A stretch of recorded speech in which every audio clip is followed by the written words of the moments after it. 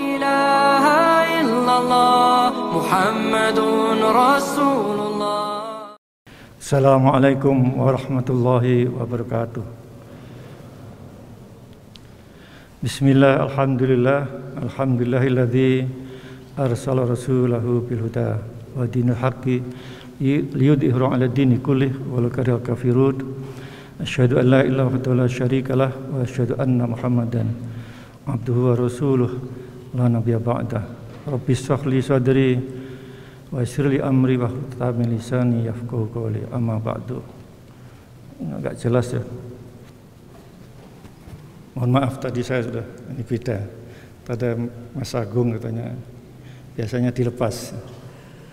Saya coba pakai ini kelihatannya kurang clear suaranya. Para jamaah masjid kampus yang dirahmati oleh Allah SWT. Pertama-tama marilah kita tidak hentinya memanjatkan puji syukur kepada Allah SWT karena izinnya, karena kesempatan yang diberikan pada kita sehingga kita bisa hadir di tempat ini untuk menaikkan suatu rangkaian ibadah selama bulan Ramadan, yaitu salat berjamaah Isya, salat Isya berjamaah dan dilanjutkan dengan salat tarawih. Dan diantaranya kita sedikit mengikuti semacam kajian dalam menyambut atau menyongsong atau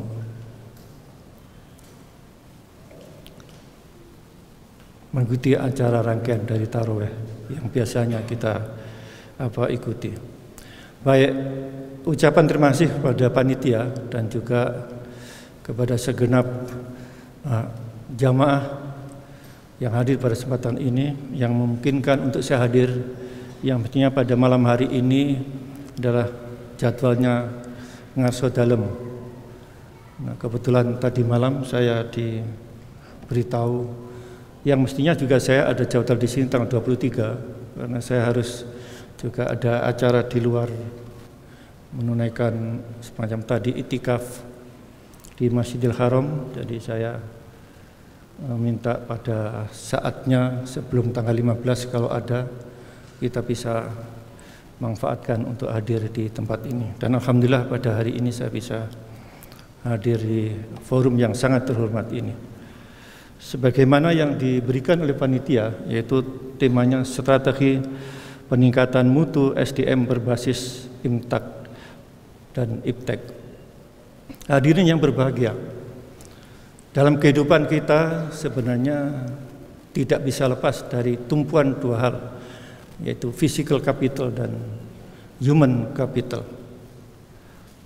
Yang itu menjadi tumpuan bagi kehidupan kita, bagaimana untuk eksis dan survive, bahkan juga bisa berkembang dan bisa memberikan manfaat bagi kehidupan kita maupun bagi yang lainnya. Kita yakini betul bahwa apa yang terjadi kehidupan manusia di atas bumi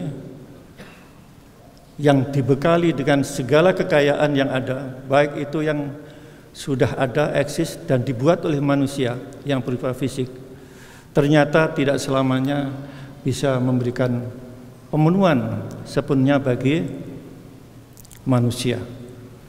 Dan juga aset fisik ternyata juga tidak sepenuhnya menjadi andalan kita.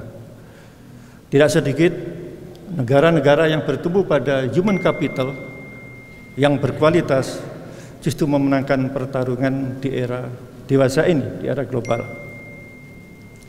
Oleh karena itulah tema yang dipilih pada kesempatan ini, bagaimana kita mencoba melakukan rekayasa terhadap human capital, SDM, sehingga bisa memberikan manfaat yang sebenarnya bagi kehidupan kita. Walaupun sebenarnya kita dalam hidup ini tidak bisa lepas dari misi Allah untuk hadir di dunia ini, sebenarnya bertumpu pada apa? Peran apa yang harus kita lakukan selain kita mempertimbangkan untuk menghadapi persoalan manusia itu? Ada dua fokus, yaitu bagaimana kita menjadi hamba Allah dan bagaimana kita menjadi khalifah fil ardh, Bagaimana kita membangun hubungan secara vertikal yang diimbangi dengan hubungan horizontal, baik sesama makhluk hidup yang manusiawi maupun yang makhluk hidup yang lainnya. Kalau itu bisa dibangun sedemikian rupa dan terjadi keseimbangan, maka hasilnya akan jauh lebih baik daripada kita hidup dalam kesendirian. Oleh karena itulah orientasi untuk membangun manusia harus tidak boleh keluar dari fitrahnya. Bagaimana manusia itu tetap harus diarahkan mengabdi kepada Allah, dan sisi lain juga harus memberikan manfaat bagi lingkungannya. Karena itulah belakangan ini, ketika kita tahu bahwa kehidupan global sudah dibuka, apa yang terjadi? Banyak orang ketakutan karena merasa khawatir hidupnya akan ditindas oleh pihak yang lain karena era keterbukaan. Tapi apapun yang terjadi, itulah realitasnya. Kita diberikan Allah anugerah ini, harus kita manage dengan baik supaya bisa menghadapi persoalan itu. Nah, kita lihat bahwa apa yang terjadi negara kita dengan aset, dengan kekayaan berupa warga negara, baik itu yang masih tumbuh dan berkembang, usia anak-anak maupun yang sudah dewasa, yang profesional. Secara faktual kita lihat bagaimana perbandingan anak-anak kita performance, learning achievement atau academic achievement di antara 90 negara yang masuk sebagai sampelnya, kita ada di paling bawah sekali, 3 besar paling bawah, baik itu dalam kaitan dengan math, science maupun reading. Ini menggambarkan inilah kondisi real bangsa kita, generasi muda kita. Walaupun kita juga tidak mau mengikuti sepenuhnya, tapi seperti yang Amerika sikapi, maunya menolak hasil penilaian itu, tapi mau tidak mau tetap menjadi bagian yang tidak bisa terlepas dari itu. Lagi-lagi kalau kita lihat di level dewasanya juga demikian. Katakanlah kalau kita lihat perankingan Global Competitiveness Index pada tahun 2017 itu Singapura masih menduduki ranking 3, 2018 menjadi 2, dan 2019 menjadi ranking 1. Sementara itu di bawahnya diikuti Malaysia dari waktu 2017 itu ranking 23, 2019 ranking 27. Thailand 40, Indonesia 50, bawahnya Brunei dan Filipina. Yang sebelumnya tahun 2017 Indonesia bisa mencapai ranking 36, agak tinggi sedikit. Dari tahun 2018 turun menjadi 45 dan 5 lagi poin ke bawah menjadi ranking 50. Kemarin ada perbandingan tapi tidak sebanyak ini sampelnya. Ini sampelnya 100 lebih. Dengan sampel 60-an sekian atau 80, Indonesia mencapai ranking 37, naik sedikit dari 40 tahun 2020. Dari 2021 menjadi 37 dan sebelumnya 2020 itu ranking 40. Sedikit naik, tapi ini dengan sampel yang lebih kecil. Inilah kondisi kita. Jadi kita bercermin dari posisi itu. Mau tidak mau kita berada pada posisi yang sedang-sedang saja. Dan kita harus mengandalkan itu untuk bersaing dengan negara-negara yang lain. Termasuk saya pernah ke Thailand ya, di salah satu perguruan tinggi yang rektornya itu usia 80-an, masih dipakai oleh raja. Kalau di sini kan 61 sudah tidak bisa daftar lagi. Lewat 1 hari aja 60 sudah bisa daftar. Di sana 80 masih bisa diangkat menjadi rektor, tergantung rajanya. Apa yang dilakukan? Beliau tidak mau terjebak oleh globalisasi yang itu sebenarnya menguntungkan negara-negara barat dan negara-negara yang ekonomi tingkat tinggi. Karena itulah perguruan tinggi itu mengirim mahasiswanya ke negara-negara ASEAN. Jadi maunya untuk menjemput persaingan itu tidak mau terjebak pendekatan ekonomi, tapi pendekatan sosial budaya. sehingga mahasiswanya dikirim ke luar negeri, termasuk Jogja juga beberapa ya, termasuk Indonesia dan juga ke negara-negara ASEAN yang lainnya, Malaysia, bahkan juga ke Vietnam, Filipina dan sebagainya, dengan harapan mereka memiliki linkage, memiliki networking yang diharapkan membantu perkembangan berikutnya. Nah, inilah fakta yang ada, kita tidak bisa menghindari. Karena itulah dengan adanya kondisi COVID 2019 kemarin sungguh memprihatinkan. Bagaimana anak-anak dari usia TK sudah harus pakai daring, sampai perguruan tinggi masih mending lah. Perguruan tinggi mereka sudah memiliki independensi dalam belajar. Tapi bagi yang anak-anak, apalagi dengan kondisi ekonomi yang terbatas, mereka tidak bisa belajar optimal. Apalagi kita belum masuk pada reading society. Kita ini beda dengan Amerika. Amerika jauh sekali dengan literasinya, reading literasinya itu. Anak kelas 4 aja sudah 300 buku setiap tahun, per year, harus selesai. Kelas 5 sudah mencapai 400, kelas 6 500 buku harus selesai. Inilah yang membuat mereka punya wawasan yang luas. Nah, kita begitu kena COVID, diharapkan belajar dari rumah, anak-anak belum punya kebiasaan baca yang baik. Reading habitnya belum jadi, apalagi menjadi reading society. Kita lihat ada orang barat di ruang tunggu waiting room, begitu nunggu anak pesawat terbang, berempat itu bapaknya dan ibunya dan anak berdua itu bapaknya buku kemana-mana. Nah, ini kita tidak seperti itu. Budaya kita adalah bicara. Nah, inilah yang membuat kita ini sebenarnya harus cepat melakukan perubahan. Kita memang kemarin ada gerakan literasi, tapi literasi itu lebih pada formalitas, belum pada yang sifatnya substansial. Bagaimana benar-benar menjadikan anak itu memiliki habit, reading habit dan juga writing habit. Bagaimana kebiasaan menulis.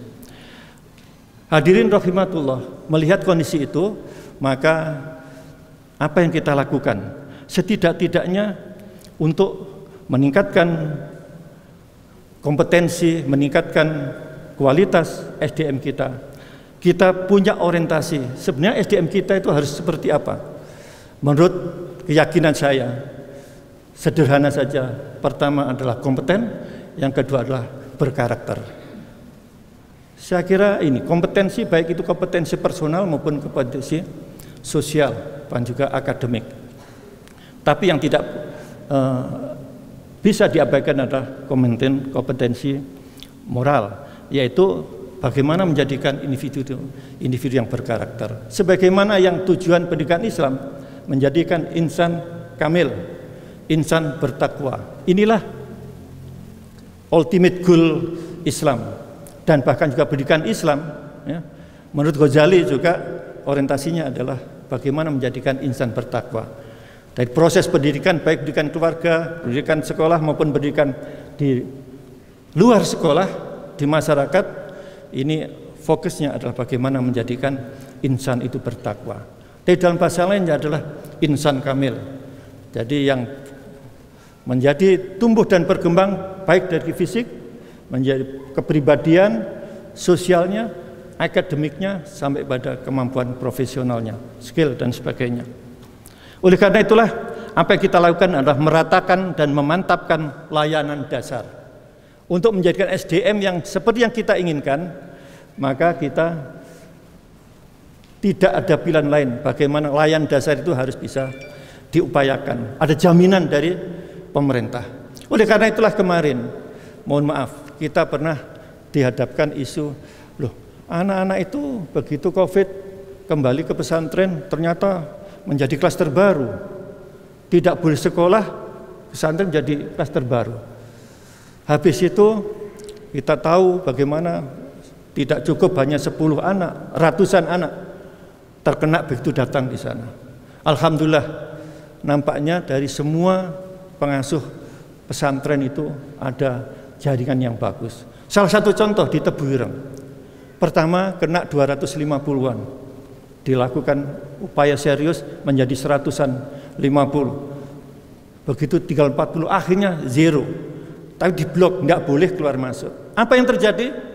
Sementara anak-anak pulang ke rumahnya masing-masing, yang sekolah normal itu dari SD sampai SMA bahkan TK, bahkan juga perguruan tinggi, tapi di pesantren tetap tinggal di sana dan bisa belajar full, ya. Dan tidak boleh orang tua jenguk, pokoknya dilepas, serahkan pada pesantren. Dan ngajinya juga full. Jadi selama 2 tahun sampai hari ini yang lebih, kalau tidak salah lebih 1 bulan, kalau dihitung dari Maret 2020, anak-anak di pesantren mendapatkan keuntungan lebih daripada anak-anak yang ada di sekolah formal.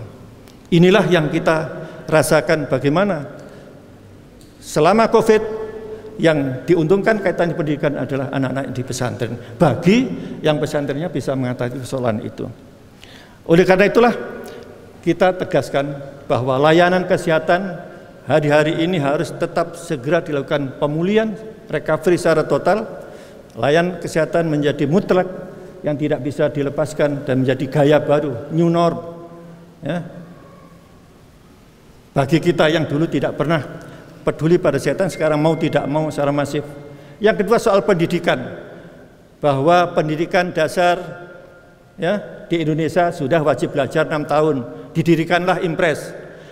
Wajar 9 tahun, ternyata tidak diikuti dengan Impres. Pokoknya didirikan 1-2 aja sekolah di tiap kecamatan. Wajib belajar 12 tahun, tekad, hanya tekad. Juga tidak diimbangi dengan pendirian sekolah-sekolah negeri atau dukungan. Ini terus terang ada kesenjangan yang luar biasa. Masih mending SD, SMP-nya tidak diikuti, SMA-nya. Inilah yang menjadi keberatan kita. Kita sudah punya obsesi, tekad, wajib belajar 12 tahun, tapi tidak diikuti dengan baik. Apa yang harus dilakukan bagi mereka, baik bagi anak-anak maupun bagi sekolah.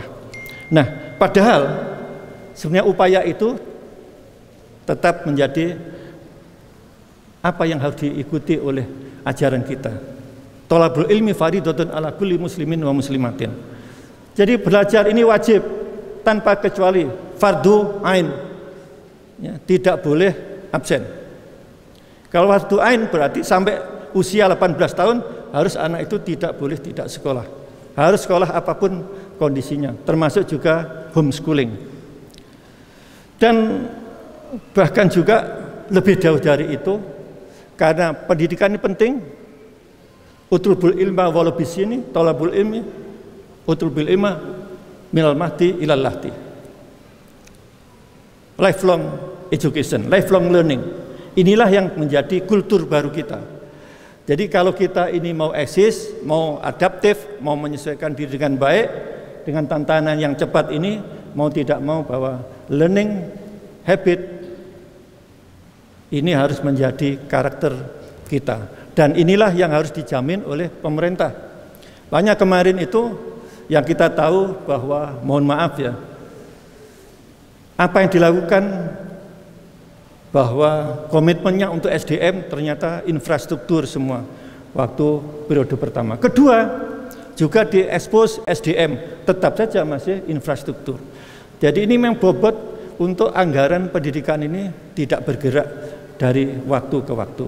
Saya dulu waktu merancang Sikdisnas, 20% itu adalah untuk operasional, tanpa gaji, tanpa biaya untuk pendidikan kedinasan, termasuk kepolisian, keuangan dan sebagainya.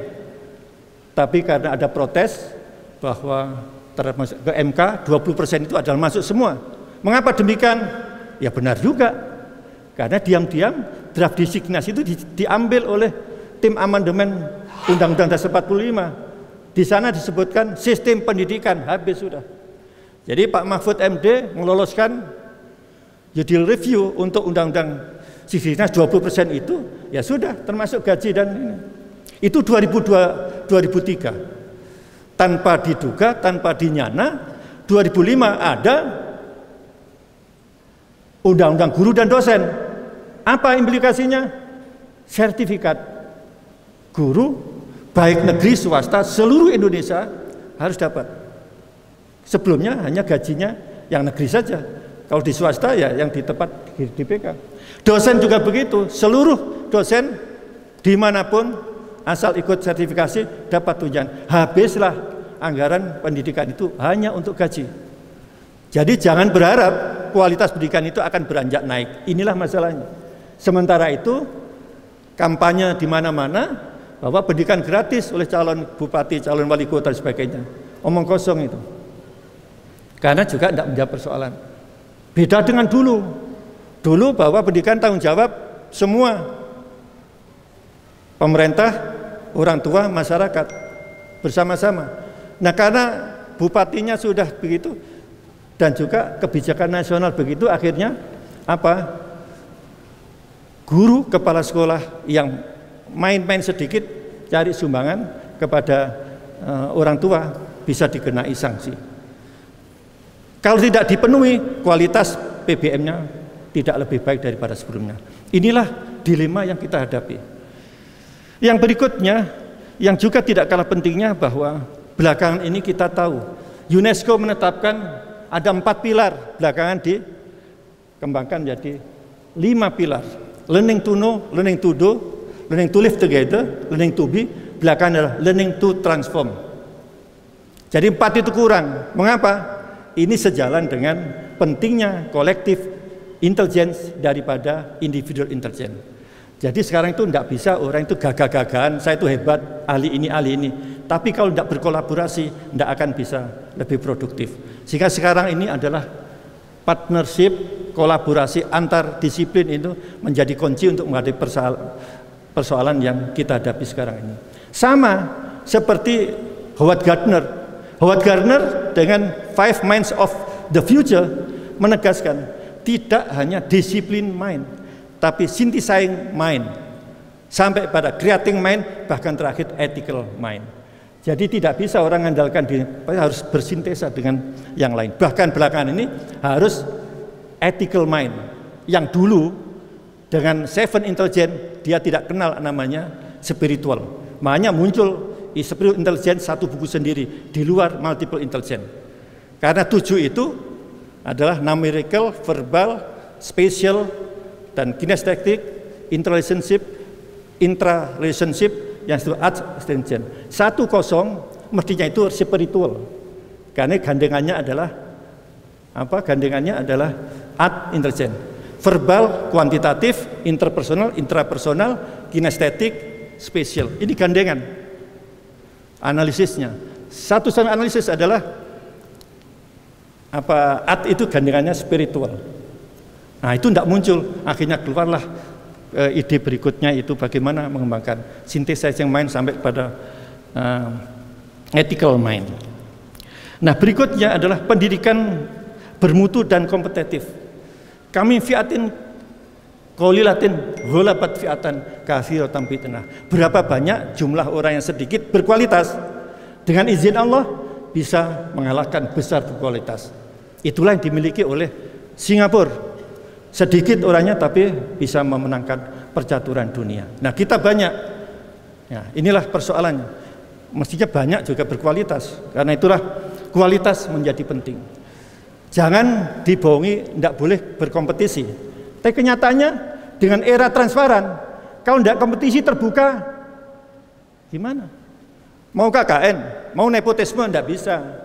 Sekarang begitu tes sudah lihat kok angkanya, di mana posisi kita. Ini yang tidak siap. Satu sisi maunya mengejar untuk keterbukaan, tapi kita tidak siap untuk berkompetisi. Padahal di agama kita fastabiqul khairat, berlomba-lomba dalam kebaikan. Loh, kok nggak kita tangkap itu? Inilah sebenarnya sesuatu yang harus kita sikapi secara komprehensif supaya kita itu tidak memahami secara parsial, tidak terjebak oleh pandangan yang tidak utuh. Yang berikutnya adalah ketiga adalah penguatan pendidikan dan riset. Ingat, sejak zaman Rasulullah sudah diingatkan, inna abnakum qad khiru zaman wa zamanikum wali jairin wali jalikum. Sungguh anak-anakmu itu dilahirkan untuk zamannya, bukan untuk zamanmu. Untuk generasinya, bukan generasinya. Karena itu anak tidak boleh dibiasakan berpikir konformis, konvergen. Biasakan anak berpikir divergen, berpikir lateral, berpikir kritis, berpikir kreatif. Kan dia akan menghadapi zaman yang beda. Seperti kita, saya pendidikan tahun 80-an, tahun 70-an, menghadapi era sekarang. Ya kalau tidak mengikuti terus, untungnya di kampus, ya sedikit mengikutilah. Yang tidak di kampus, ya ketinggalan. Beberapa teman yang lulusan luar negeri saja, juga begitu datangnya komputer, ternyata juga repot juga menyikapi perkembangan yang baru. Karena itulah penting untuk melakukan penyesuaian diri. Dan yang berikutnya di era RI ini yang diinginkan adalah bukan knowledge based society, tapi innovation based society. Inilah pentingnya adik-adik didorong untuk berkreasi, berinovasi, dan itulah termasuk juga yang modal yang diharapkan untuk menghadapi era-era sekarang dan yang akan datang. Dan sekarang haki dan sebagainya, saya lihat Malaysia itu luar biasa. Satu dosen itu bisa hakinya itu 30, 40, 50. Kita di sini wah sudah luar biasa. Itu satu dan banyak dosen seperti itu. Makanya kalau kita kalah dengan Malaysia ya maklum ya, karena memang sudah lebih cepat daripada kita dalam menyikapi itu. Dan yang terakhir, bagaimana tentang pendidikan karakter. Bahwa pendidikan karakter itu kita mulai dari untuk membangun SDM dari keluarga, baru sekolah, dan juga baru di tempat kerja dan di tengah masyarakat. Dan ini kita tidak bisa abaikan. Seperti juga Rasulullah, innama bu'istu liutammima makarimal akhlak.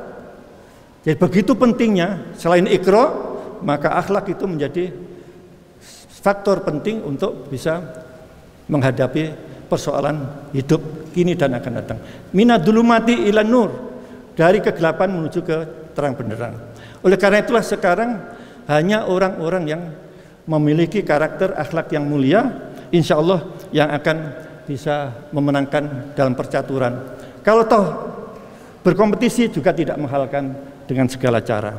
Baik melalui pendidikan agama, pendidikan moral yang sudah ada di kampus yang secara formal, dan juga secara integratif melalui berbagai mata pelajaran, berbagai kegiatan yang dimasukkan spiritnya itu di dalam materinya maupun di dalam prosesnya, bahkan juga sampai pada penilaian. Jadi kalau sampai ada seorang pimpinan berani membatalkan wisuda, berani membatalkan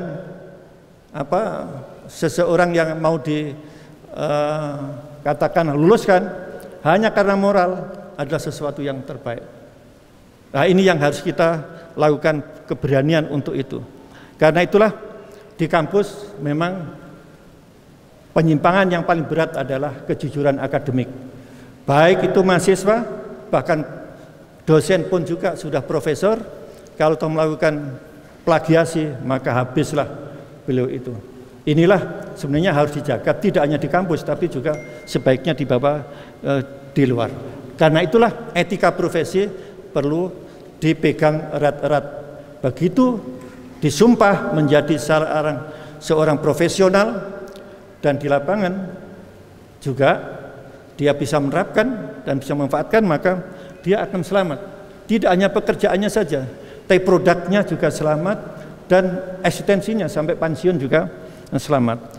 Dengan begitu maka dalam konteks ini iman dan takwa menjadi sesuatu yang tidak bisa kita pilih, kedua-duanya harus kita jadikan suatu target untuk membangun diri kita. Dan juga kalau kita juga selalu dihadapkan Pancasila, ya spiritnya lah, moralnya Pancasila. Jadi mohon maaf, kan ada menjadi mengapa kok Pancasila itu what will achieve, sila 1, 2, 3, terus who achieve 1, 2, 3, terus how to achieve 1 dengan gotong royong. Ternyata itu. Jadi kalau direduksi menjadi 1, maka hilanglah nilai sila ketuhanan yang Maha Esa yang pertama yang penting itu. Sehingga 5 itu harus eksis, mulai dari hubungan vertikal, hubungan personal dan hubungan horizontal secara seimbang. Inilah mestinya itu ya Pak, termasuk Pak Rizal itu ya. Ini yang tokoh Pancasila di sini itu ngawal terus, apalagi kampus ini adalah kampus Pancasila. Bagaimana Pancasila itu dijaga dengan sebaik-baiknya. Dan juga pembinaan mental, moral action. Bagaimana moral action itu dilakukan di tempat-tempat kerja. Makanya dulu saya mohon maaf punya kampus itu saya punya 3 nilai penting: takwa, mandiri, cendekia. Hablum minallah, hablun nafs, hablun nas. Tiga-tiganya. Bagaimana kita menghadap pada Allah dan juga punya nilai keteladanan. Bagaimana kemandirian didasari pada kekuatan dari Allah dan untuk tidak merepotkan orang lain, mandiri, dan kecendekiaan tidak boleh sombong karena ilmunya banyak, tapi kita harus menghamba dengan penuh tawaduk. Dengan begitu maka akan disenangi oleh banyak orang. Dan terakhir, maka marilah kita jadikan bekerja adalah ibadah. Insya Allah innamal a'malu binniyah. Apapun yang kita lakukan tidak usah harus garis agama, tapi apapun pekerjaan asal kita niati mengharapkan ridha Allah, insya Allah punya nilai tambah dan kita akan mendapatkan kemenangan dari itu. Insya Allah kalau itu kita lakukan, maka kita tidak termasuk golongan yang khosirun, tapi termasuk golongan yang muflihun, termasuk golongan yang menang. Dan mudah-mudahan Ramadan ini menginspirasi kita bagaimana kita semakin dekat dengan Allah dan bagaimana kita bisa kembali ke fitrah sebagaimana yang menjadi cita-cita semua. Amin, Allah amin. Demikianlah yang bisa saya sampaikan. Ada kurang lebihnya mohon maaf yang sebesar-besarnya, dan Allah mengampuni kita semua. Amin. Wal muwaffiq ila aqwamit thoriq. Assalamualaikum warahmatullahi wabarakatuh. La ilaha illallah Muhammadun Rasulullah.